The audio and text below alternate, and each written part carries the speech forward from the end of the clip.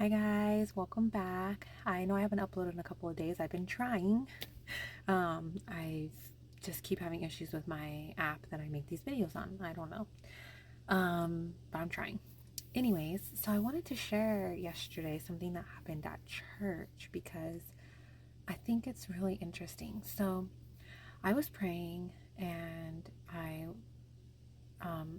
told God, like, if my husband comes to church this weekend, um, I would love it if you could pray, have someone pray over me and my husband, both of us, and just help with some things, right?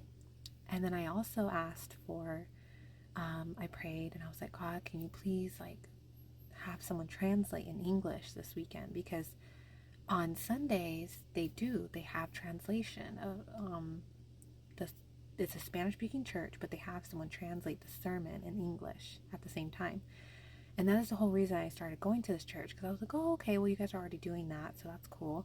And then the person that normally does it has been out of town the past couple weekends, so they haven't had it. And I was just kind of like, well, I was told, by my mother-in-law that someone else was going to translate, and they didn't. So I was kind of bummed, but I went anyways because my husband went to church, and I really wanted him to go. So we all went, and I had no expectations of someone to translate or any of that, right? So I went to the nursery to drop off my daughter, and I'm in there sitting, and then all of a sudden I hear someone translating, and I'm like, oh, wow, great. So I go, and it was a great sermon, and the majority of the sermon was talking about obedience and how it's so important to, whether you understand what God's asking of you or not, to be obedient, to be, disciplined and obedient. Disciplined more with like reading the Bible every day, praying, things like that. And just doing the general things that, God asks of you. So I'm like, wow, yeah, like that's so true. And my husband's like, yeah, I'm working on it. So then they start to, worship again they start the music and stuff again at the end of the sermon. And I remember thinking, okay, God, I'm ready. Like, I want someone to pray over me. And I never feel that way. So I was like, just ready, and he's like, be patient. Like, it'll happen. And then a couple minutes later, this girl I know comes over. She was the person that translated. And she was the person that prayed over me and my husband. And everything she was saying, too, was so wild. The things that she was telling my husband, too, were things that I specifically asked God to pray over for my husband. I was like, I left there so emotional yesterday because I was like, what? Like, God literally like answered my prayers to a T. And then I started thinking about it and I was like, wow, this is so interesting. This is such a great example of what was talked about in the sermon and how obedience is so important to God, because even if we don't understand what God's asking of us, it's important for obedience. Because if that girl didn't obey, or didn't, do what God was asking of her to do, I wouldn't have had the translation. We wouldn't have had her pray over us. And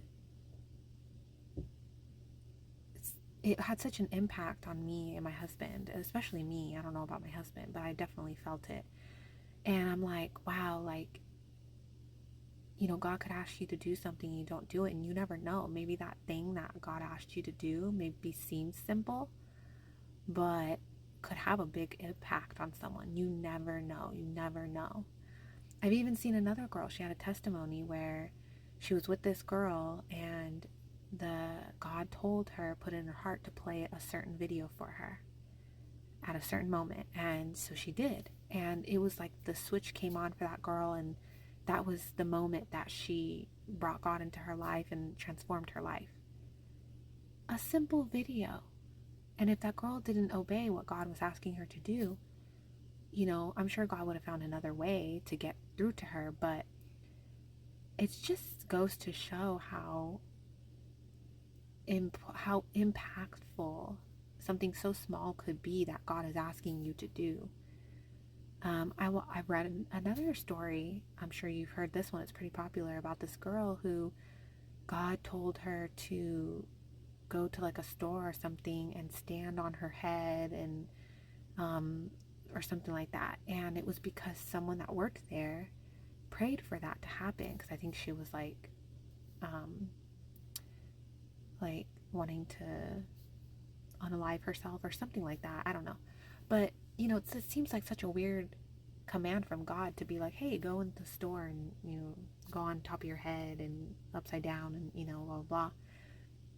But yet, sometimes people pray stuff like that. They pray something so out of the norm to see if God's really like hearing and listening to them, And, but it's important for people who are already following God, who already have God in their life and, Jesus Christ, and they've come to accept him and fully let him in.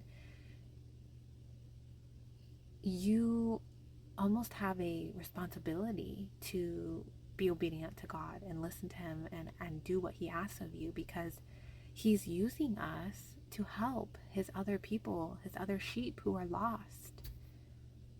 And so, I don't know. It was such a profound day, and it really helped me a lot too, also at church, because I was really starting to feel really discouraged at church. And I was just like, what am I doing here? Why am I going? I literally was just going because God asked me to go. And because I also was trying to give my daughter some time with other kids at church. And so, because we stay home all the time, we get some exposure with kids, but not as much as I'd like her to have. So, yeah, that's the only reason I've been going to church, is because God asked me to.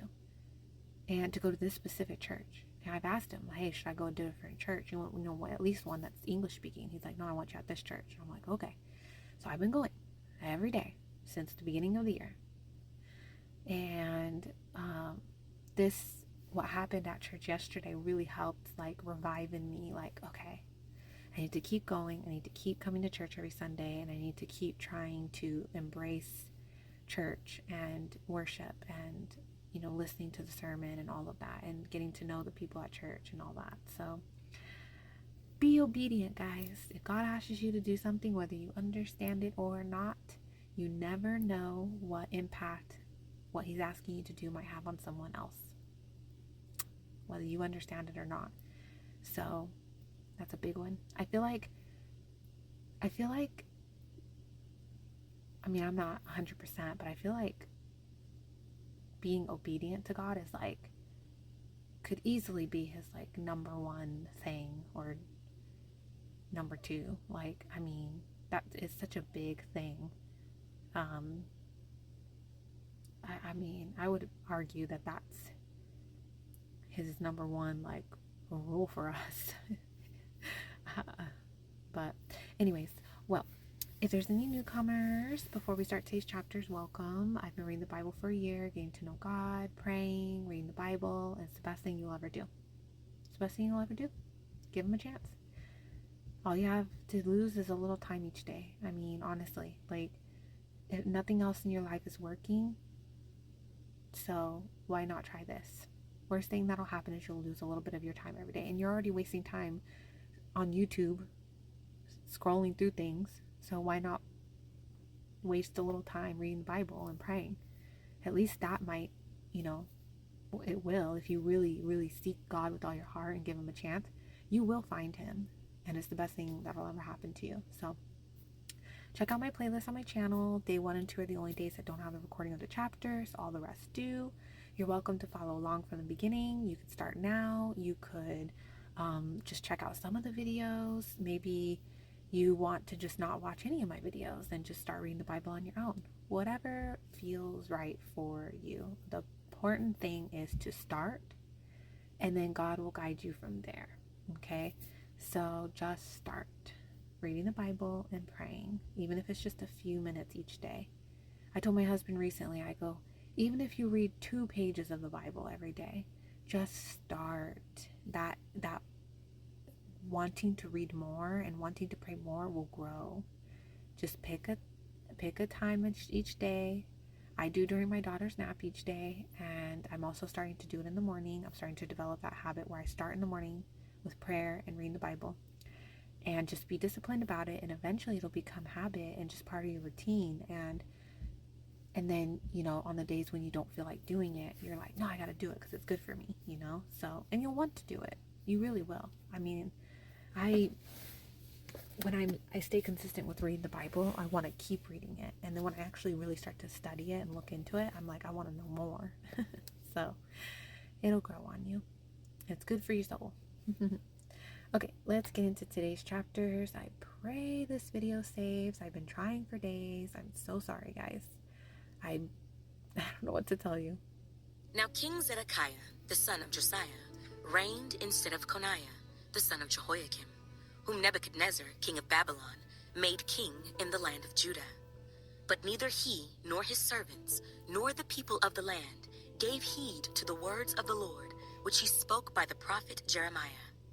And Zedekiah, the king, sent Jehucal, the son of Shelemiah, and Zephaniah, the son of Maaseiah, the priest, to the prophet Jeremiah, saying, Pray now to the Lord our God for us. Now Jeremiah was coming and going among the people, for they had not yet put him in prison. Then Pharaoh's army came up from Egypt, and when the Chaldeans who were besieging Jerusalem heard news of them, they departed from Jerusalem. Then the word of the Lord came to the prophet Jeremiah, saying, Thus says the Lord, the God of Israel, Thus you shall say to the king of Judah, who sent you to me to inquire of me, Behold, Pharaoh's army, which has come up to help you, will return to Egypt, to their own land, and the Chaldeans shall come back and fight against this city, and take it and burn it with fire. Thus says the Lord, Do not deceive yourselves, saying, The Chaldeans will surely depart from us, for they will not depart. For though you had defeated the whole army of the Chaldeans who fight against you, and there remained only wounded men among them, they would rise up, every man in his tent, and burn the city with fire. And it happened, when the army of the Chaldeans left the siege of Jerusalem for fear of Pharaoh's army, that Jeremiah went out of Jerusalem to go into the land of Benjamin, to claim his property there among the people. And when he was in the gate of Benjamin, a captain of the guard was there, whose name was Irijah, the son of Shelemiah, the son of Hananiah. And he seized Jeremiah the prophet, saying, You are defecting to the Chaldeans. Then Jeremiah said, False, I am not defecting to the Chaldeans. But he did not listen to him. So Irijah seized Jeremiah and brought him to the princes. Therefore the princes were angry with Jeremiah, and they struck him and put him in prison, in the house of Jonathan the scribe, for they had made that the prison. When Jeremiah entered the dungeon and the cells, and Jeremiah had remained there many days, then Zedekiah the king sent and took him out. The king asked him secretly in his house, and said, Is there any word from the Lord? And Jeremiah said, There is. Then he said, You shall be delivered into the hand of the king of Babylon. Moreover, Jeremiah said to King Zedekiah, What offense have I committed against you, against your servants, or against this people, that you have put me in prison? Where now are your prophets who prophesied to you, saying, The king of Babylon will not come against you or against this land? Therefore please hear now, O my lord the king, please let my petition be accepted before you, and do not make me return to the house of Jonathan the scribe, lest I die there. Then Zedekiah the king commanded that they should commit Jeremiah to the court of the prison, and that they should give him daily a piece of bread from the baker's street, until all the bread in the city was gone. Thus Jeremiah remained in the court of the prison. Now Shephatiah the son of Mattan, Gedaliah the son of Pashhur, Jucal the son of Shelemiah, and Pashhur the son of Malchiah, heard the words that Jeremiah had spoken to all the people, saying, Thus says the Lord, He who remains in the city shall die by the sword, by famine, and by pestilence. But he who goes over to the Chaldeans shall live. His life shall be as a prize to him, and he shall live. Thus says the Lord. This city shall surely be given into the hand of the king of Babylon's army, which shall take it. Therefore the princes said to the king, Please, let this man be put to death, for thus he weakens the hands of the men of war who remain in this city, and the hands of all the people, by speaking such words to them. For this man does not seek the welfare of this people, but their harm. Then Zedekiah the king said, Look, he is in your hand, for the king can do nothing against you. So they took Jeremiah and cast him into the dungeon of Malchiah, the king's son, which was in the court of the prison. And they let Jeremiah down with ropes. And in the dungeon there was no water, but mire. So Jeremiah sank in the mire. Now Ebed-Melech, the Ethiopian, one of the eunuchs, who was in the king's house, heard that they had put Jeremiah in the dungeon.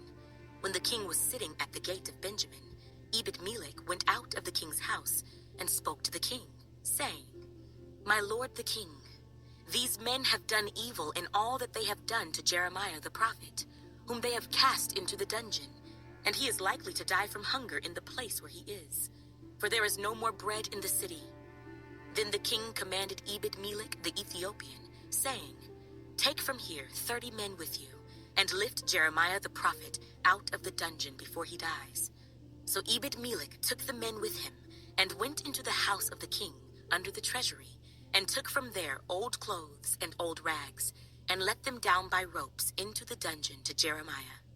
Then Ebed-Melech the Ethiopian said to Jeremiah, Please put these old clothes and rags under your armpits, under the ropes. And Jeremiah did so. So they pulled Jeremiah up with ropes, and lifted him out of the dungeon, and Jeremiah remained in the court of the prison. Then Zedekiah the king sent and had Jeremiah the prophet brought to him at the third entrance of the house of the Lord. And the king said to Jeremiah, I will ask you something. Hide nothing from me. Jeremiah said to Zedekiah, If I declare it to you, will you not surely put me to death? And if I give you advice, you will not listen to me. So Zedekiah the king swore secretly to Jeremiah, saying, As the Lord lives, who made our very souls, I will not put you to death, nor will I give you into the hand of these men who seek your life. Then Jeremiah said to Zedekiah, Thus says the Lord, the God of hosts, the God of Israel, If you surely surrender to the king of Babylon's princes, then your soul shall live. This city shall not be burned with fire, and you and your house shall live. But if you do not surrender to the king of Babylon's princes, then this city shall be given into the hand of the Chaldeans. They shall burn it with fire, and you shall not escape from their hand. And Zedekiah the king said to Jeremiah, I am afraid of the Jews who have defected to the Chaldeans, lest they deliver me into their hand, and they abuse me. But Jeremiah said, They shall not deliver you. Please, obey the voice of the Lord which I speak to you, so it shall be well with you, and your soul shall live. But if you refuse to surrender, this is the word that the Lord has shown me. Now behold, all the women who are left in the king of Judah's house shall be surrendered to the king of Babylon's princes, and those women shall say, Your close friends have set upon you and prevailed against you. Your feet have sunk in the mire, and they have turned away again. So they shall surrender all your wives and children to the Chaldeans. You shall not escape from their hand, but shall be taken by the hand of the king of Babylon, and you shall cause the city to be burned with fire. Then Zedekiah said to Jeremiah, Let no one know of these words, and you shall not die. But if the princes hear that I have talked with you, and they come to you and say to you, Declare to us now what you have said to the king, and also what the king said to you. Do not hide it from us, and we will not put you to death. Then you shall say to them, I presented my request before the king, that he would not make me return to Jonathan's house to die there. Then all the princes came to Jeremiah and asked him, and he told them according to all these words that the king had commanded. So they stopped speaking with him, for the conversation had not been heard. Now Jeremiah remained in the court of the prison until the day that Jerusalem was taken, and he was there when Jerusalem was taken. In the 9th year of Zedekiah, king of Judah, in the 10th month, Nebuchadnezzar, king of Babylon, and all his army came against Jerusalem, and besieged it. In the 11th year of Zedekiah, in the 4th month, on the 9th day of the month, the city was penetrated. Then all the princes of the king of Babylon came in and sat in the middle gate: Nergal-Sharezer, Samgar-Nebo, Sarsekim, Rabsaris, Nergal-Sarezer, Rabmag, with the rest of the princes of the king of Babylon. So it was, when Zedekiah, the king of Judah, and all the men of war saw them, that they fled and went out of the city by night, by way of the king's garden, by the gate between the two walls. And he went out by way of the plain. But the Chaldean army pursued them, and overtook Zedekiah in the plains of Jericho. And when they had captured him, they brought him up to Nebuchadnezzar, king of Babylon, to Riblah in the land of Hamath, where he pronounced judgment on him. Then the king of Babylon killed the sons of Zedekiah before his eyes in Riblah. The king of Babylon also killed all the nobles of Judah. Moreover, he put out Zedekiah's eyes, and bound him with bronze fetters to carry him off to Babylon. And the Chaldeans burned the king's house and the houses of the people with fire, and broke down the walls of Jerusalem.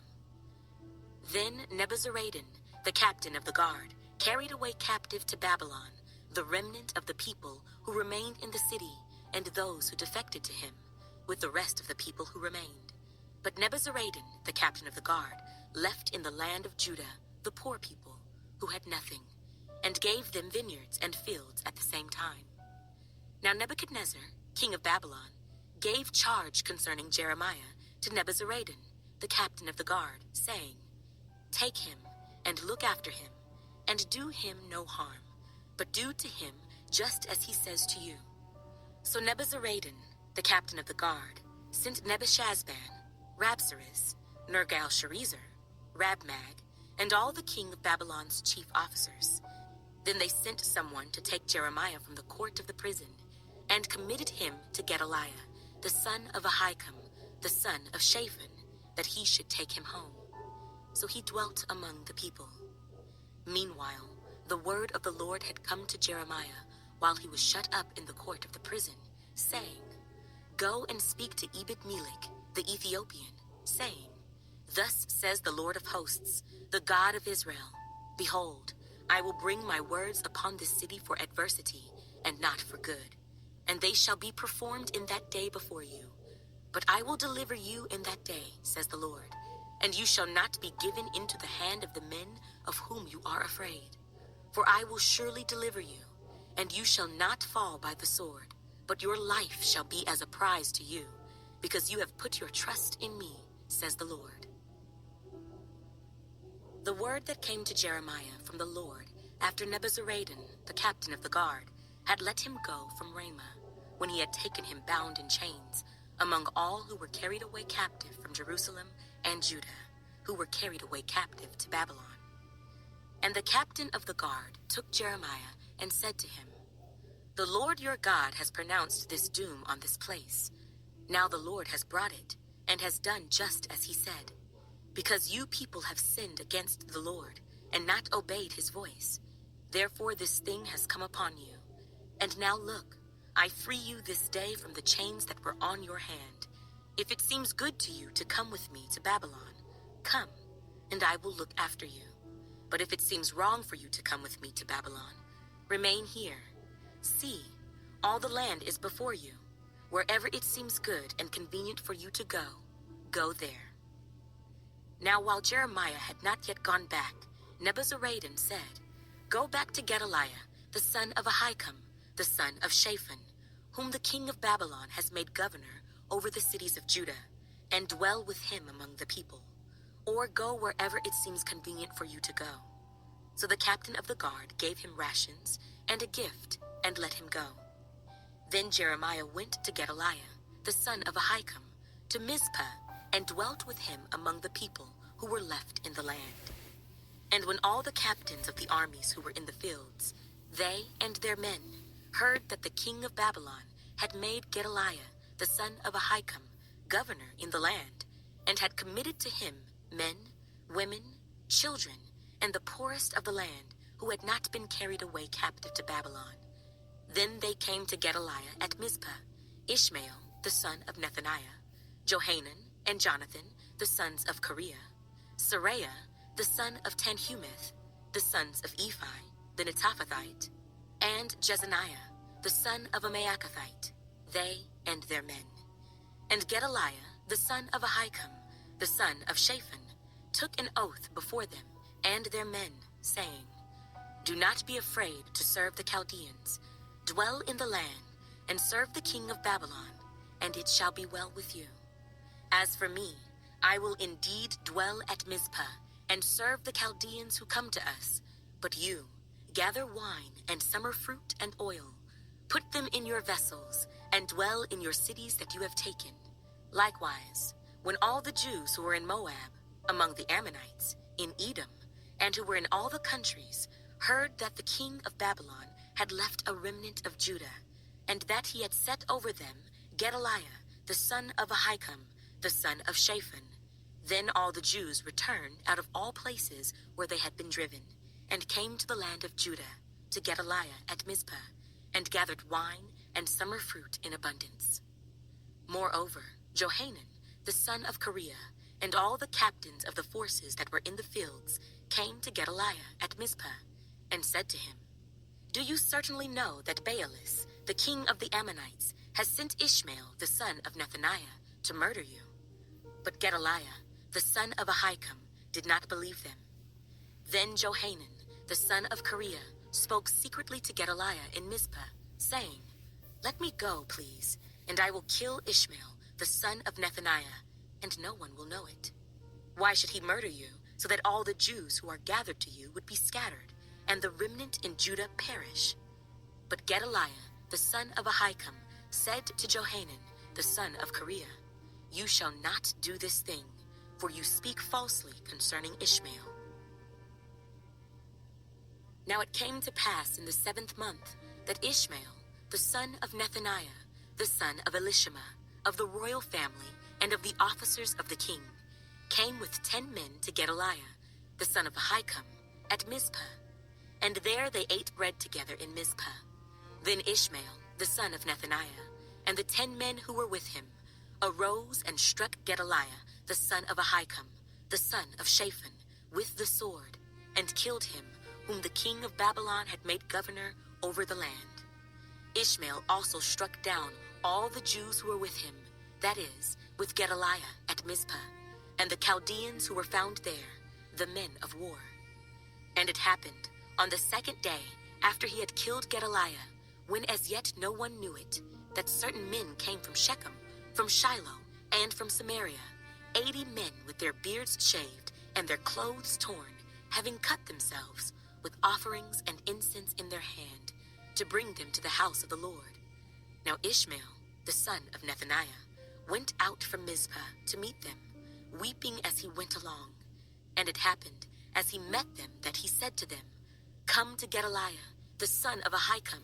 So it was, when they came into the midst of the city, that Ishmael, the son of Nethaniah, killed them, and cast them into the midst of a pit, he and the men who were with him.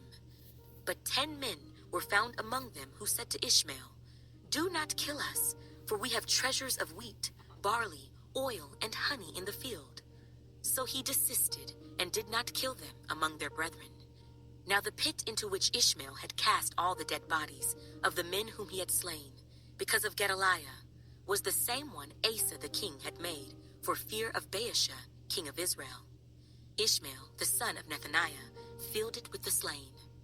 Then Ishmael carried away captive all the rest of the people who were in Mizpah, the king's daughters, and all the people who remained in Mizpah, whom Nebuzaradan, the captain of the guard, had committed to Gedaliah, the son of Ahikam. And Ishmael, the son of Nethaniah, carried them away captive, and departed to go over to the Ammonites. I have read these chapters over the past few days, every day, and I don't know why, but today it felt like way longer than it's been feeling. I felt like it was like just dragging. Oh my goodness. I'm so sorry. So I have to say, with Jeremiah, at least in the beginning, like, I have to wonder, like, what he's thinking and feeling, because he's doing God's will. He's being obedient. He's being a prophet. He's saying to the people what God's asking him to do.